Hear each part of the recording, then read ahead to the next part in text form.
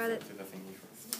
Yeah, you can, whatever you want. So, do you agree that individuals should not be able to possess nuclear weapons, F-16s, and tanks? By a law banning military sales of weapons in 1972, I think, it permits that weapons manufactured by the United States, manufactured by the United States before 1972, are able to be sold, which includes miniguns, nuclear weapons, and... Wait. So you think you should be able to own a nuclear weapon? There's no law against it, and... That's not my question. My question is, should you be allowed to own a nuclear weapon?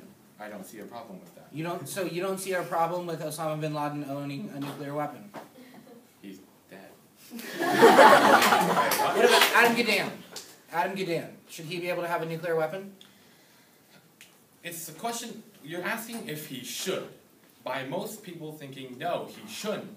But not yours. But Go ahead, ask a question. I think that all people should. That'd be really great if we all had nuclear weapons. So, yeah, go ahead. about what you just asked. Sure. So, in your question about should people be able to own nuclear weapons? Well, if that guy can own a nuclear weapon, what stops me from having a nuclear weapon? Don't be shocked, I won't use it on you guys. What stops you from having a nuclear weapon is the restrictions. I actually think that you're wrong. The United States does not sell nuclear weapons or technologies to other countries. I'm sure, like, Bill Gates could afford to buy an F-16, but he's not allowed to. The United States has pretty strong restrictions on who we sell military technology, and we don't sell it to individuals. Your quote that you read about the murder rate falling says it's falling by 3.6% right now. Our quote from 2 years later from Dianne Feinstein says that during the ban it fell by 7%. So doesn't it mean that it was decreasing, murder rate decreasing more during the ban than the 3.6 is falling after the ban? You said murder rate, but then you didn't really say what the murder was committed with. Our quote from Dianne Feinstein says during the ban, the number of murders with assault weapons fell by 7%. Your quote from Lott says after the ban, the murder rate fell by 3.6%. Our number is twice as large as your number, correct? Correct. Okay, your turn. Math 101.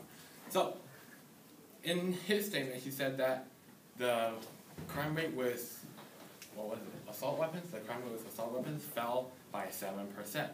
And we said that the murder rate fell. No. Crime rate fell by 66.6666%. Murder rate fell by 7%. Okay, murder rate fell by 7%, and for us, murder rate fell by 3.6%. However, when you ban assault weapons, a murder rate with assault weapons declining is generally expected, since you have policemen who are actually looking for people with assault weapons instead of just sitting and drinking tea or whatever.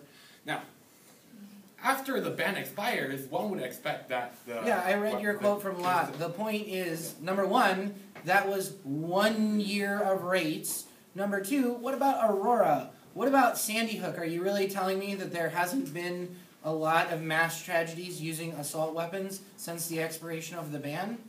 Well... I have another question for you.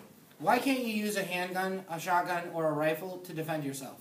Why do you need an assault weapon to defend yourself? I never said you need an assault weapon to defend yourself. However... So what is Kevin's argument about why we need guns to stop acts of evil? If any old gun will do, why can't we get rid of assault weapons?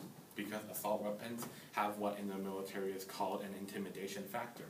When you have a gigantic assault weapon against some guy with a pistol, he will be more reluctant to fire against you, and in the time it takes him to fire, you can put 3 bullets in his torso, which generally, statistically, increases your chance of defeating the person and winning.